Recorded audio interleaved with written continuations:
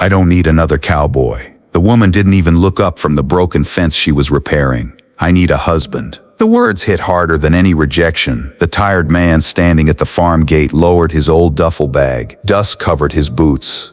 His truck had died 20 miles back, and the last few dollars in his pocket wouldn't even buy dinner. A few workers nearby laughed. Guess she scared him off. But none of them knew why he smiled instead of walking away. And none of them knew that the stranger asking for a simple farm job was carrying a secret that would change every life on that ranch. Daniel Carter hadn't always looked like a drifter.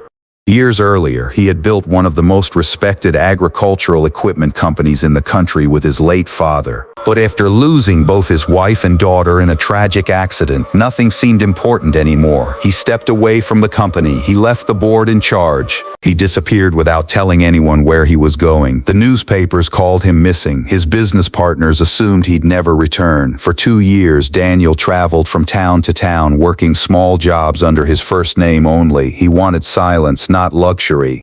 He wanted to remember what honest work felt like. That was how he ended up at Willow Creek Farm. The woman repairing the fence was Emma Brooks, 34 years old, widowed, owner of a struggling family farm buried under debt after years of drought. She worked before sunrise and long after sunset. Most people admired her strength. Few offered real help.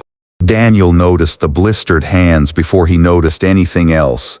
Hands that had carried too much for too long. When she finally looked at him, she sighed. If you're looking for easy money, keep walking. I'm looking for honest work. She studied him for a moment, then handed him a pair of gloves. Breakfast starts at 5. Life on the farm wasn't easy. Daniel fixed tractors, fed cattle, repaired barns. He never complained. The younger workers joked that the old newcomer worked harder than men half his age. Emma rarely smiled. Bills kept arriving. Equipment kept breaking. Every week seemed harder than the last. Then there was Rick, Emma's brother-in-law. After her husband's death, Rick insisted the farm should be sold. You can't run this place alone, he'd remind her almost every day. You'll lose everything. What Rick never admitted was that he'd already promised developers the land. The farm had been in Emma's husband's family for 3 generations. Rick only saw dollar signs. He hated Daniel almost immediately. You're paying this old cowboy instead of hiring someone useful, Emma answered calmly. He earns every paycheck.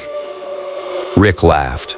He'll disappear the second things get tough. Daniel kept working without saying a word. Days turned into weeks. One evening, Emma found him quietly repairing her late husband's favorite rocking chair. I wasn't asked to fix it, Daniel said softly. I just thought it deserved another chance. For the first time in months, Emma smiled. Small, real, and impossible to fake. Still.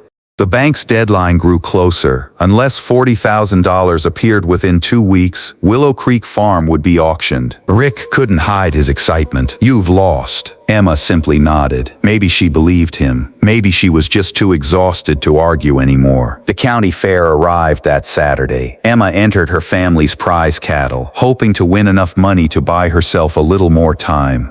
Daniel helped load the trailer before dawn. Halfway through the event, an expensive black SUV rolled into the parking lot. Several sharply dressed people climbed out. One older man froze the moment he saw Daniel brushing dirt off a calf. His eyes widened. Mr. Carter? Daniel looked up slowly. The man's voice shook. We've been searching for you for almost 2 years. Everyone nearby stopped talking. Emma frowned. You know him. The man laughed in disbelief. Know him. This man built Carter Agricultural Systems, the company that's supplying equipment to farms across America.